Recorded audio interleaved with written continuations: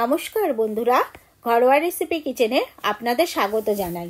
আশা করি আপনারা সকলেই ভালো আছেন।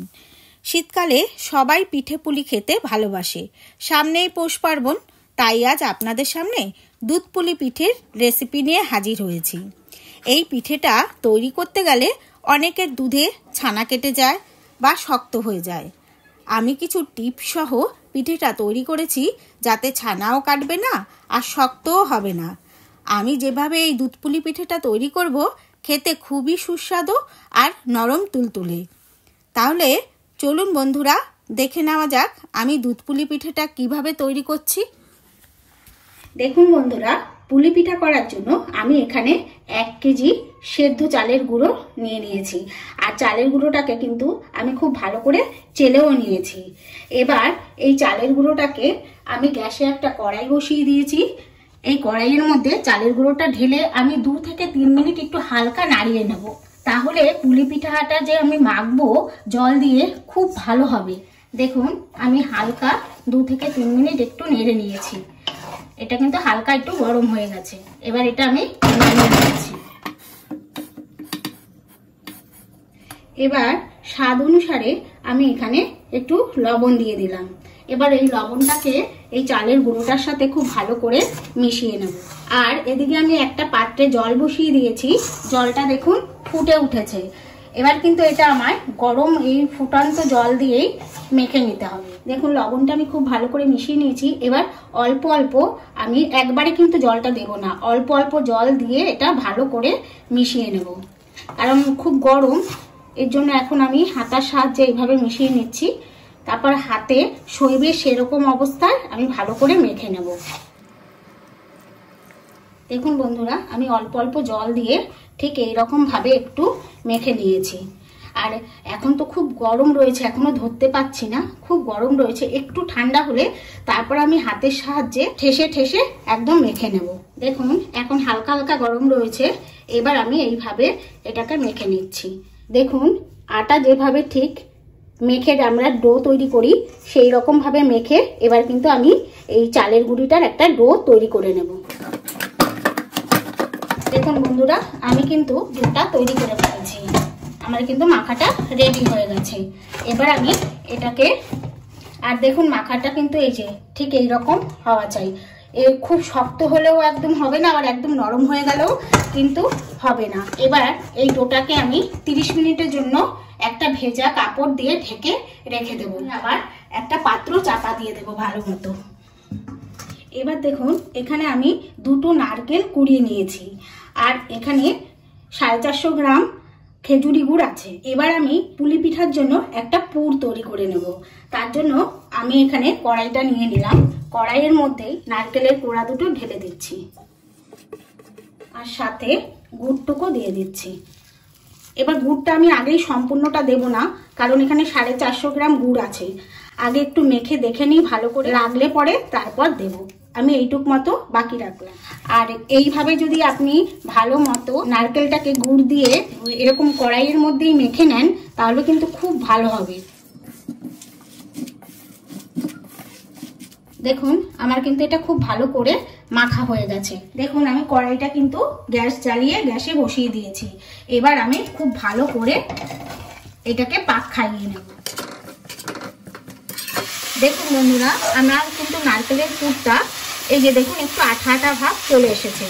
এবার আমি এর মধ্যে 50 গ্রাম আমুল দুধ মিশিয়ে দিচ্ছি, গুঁড়ো দুধ যেটা, এই গুঁড়ো দুধটা এবার আমি দিয়ে দিচ্ছি। তাতে কি হবে, পুরটার টেস্টটা এত ভালো হবে না, খেতে কিন্তু দারুণ লাগবে। আবার একটু মিশিয়ে দিচ্ছি ভালো করে। আর এর সাথেই আমি একটু এলাচ গুঁড়ো দিয়ে দিচ্ছি, এর জন্য ফ্লেভারটাও কিন্তু খুব সুন্দর আসবে। দেখুন আমি একটু এলাচ গুঁড়ো দিয়ে দিলাম। এবার আবার খুব ভালো করে এগুলো দিয়ে মিশিয়ে নেব। দেখুন বন্ধুরা, আমার কিন্তু এই যে কড়াইয়ের মধ্যে এখন পুরটা লেগে লেগে যাচ্ছে। পুরটা কিন্তু আমার রেডি হয়ে গেছে। এবার আমি গ্যাসটা বন্ধ করে দিচ্ছি, বন্ধ করে দিয়ে নামিয়ে নিচ্ছি।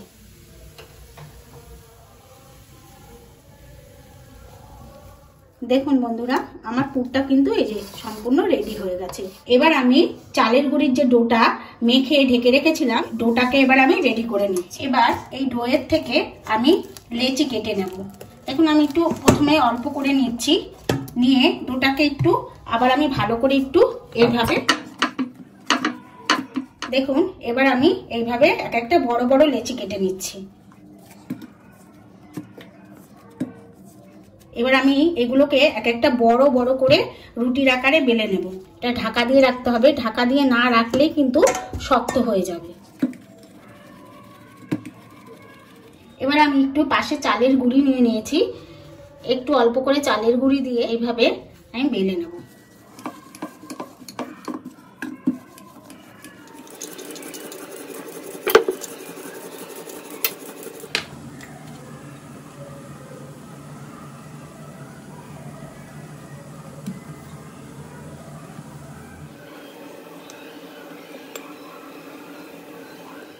এতে কি হবে, মাপটা কিন্তু সম্পূর্ণ সমান থাকবে, একটাও ছোট বড় কোনো রকম হবে না। এবার আমি একটু এই যে এইভাবে পুর ভরে নিচ্ছি, এইভাবে করে নিলাম। দেখুন করে নিয়ে এইভাবে একটুখানি প্রথমে চেপে দিতে হবে, তারপর এইভাবে আমি একটা ডিজাইন করে দিচ্ছি।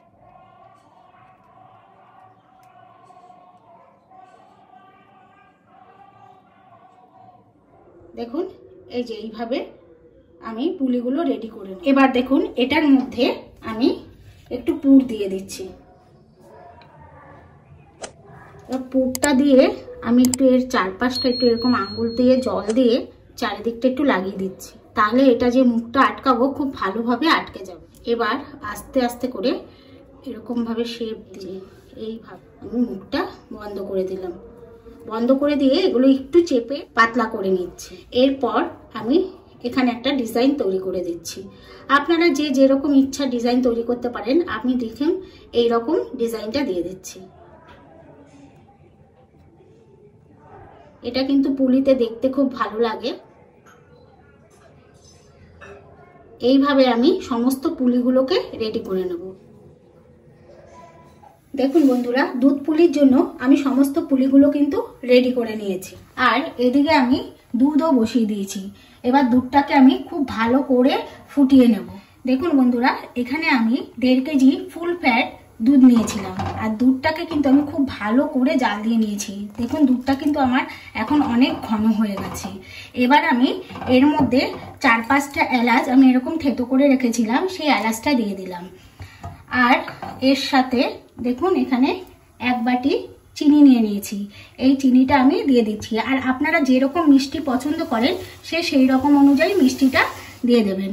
এবার এটা দিয়েও একটুখানি আমি ফুটিয়ে নেব। আর দেখুন বন্ধুরা, আমি কিন্তু পুলিগুলো বানিয়ে এরকম ভেজা কাপড় দিয়ে একদম ঢেকে রেখেছি, কারণ ঢেকে না রাখলে কিন্তু পুলিগুলো শক্ত হয়ে যাবে। এবার আমি এই কাপড়টা তুলে ফেলছি, কারণ আমার দুধটা কিন্তু সম্পূর্ণভাবে রেডি হয়ে গেছে। এবার আমি এগুলো এক এক করে ছেড়ে দিচ্ছি। আর এখন কিন্তু আমি গ্যাসের ফ্লেমটা একদম লোতে রেখেছি। লোতে রেখে আমি পুলিগুলো আস্তে আস্তে করে ছেড়ে দেবো। আর এইভাবে করলে পরে দেখবেন একটা পুলিও ভাঙবে না, আর পুলিগুলো কিন্তু একটু শক্তও হবে না। আপনারা পরের দিন যখন খাবেন দেখবেন পুলিগুলো একদম নরম। অনেক সময় কিন্তু পুলি শক্ত হয়ে যায়, খেতে ভালো লাগে না, কিন্তু একবার এইভাবে তৈরি করে খেয়ে দেখবেন একটুকু কিন্তু দুধ পুলি শক্ত হবে না।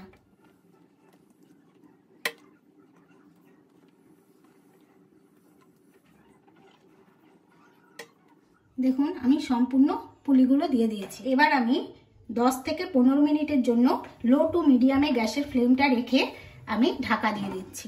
দেখুন 10 থেকে 15 মিনিট আমি ঢাকা দিয়ে এটাকে কিন্তু সেদ্ধ হতে দিয়েছিলাম, আর এটা কিন্তু দেখুন ভালো মতো সেদ্ধ হয়ে গেছে। আর দেখুন একটা পিঠেও কিন্তু, দেখুন একটা পুলি পিঠেও কিন্তু আমার ভেঙে যায়নি, কিচ্ছু হয়নি, সম্পূর্ণ সব ঠিক আছে। এবার আমি গ্যাসটা একটু বন্ধ করে দেবো। বন্ধ করে দিয়ে আমি একটু সময়ের জন্য এটাকে হালকা ঠান্ডা হতে দেব। দেখুন বন্ধুরা, গ্যাসটা বন্ধ করে আমি 2 মিনিট মতো একটু আলগা করে রেখে দিয়েছিলাম। এবার আমি এর ওপর থেকে একটু গুড় দিয়ে দিচ্ছি, কারণ গুড়টা দেওয়ার সময় ফুটন্ত অবস্থায় দিলে দুধটা কেটে যাওয়ার ভয় থাকে, কিন্তু এইভাবে দিলে পরে কিন্তু একটুকু আপনার দুধ কাটবে না কোনো রকম।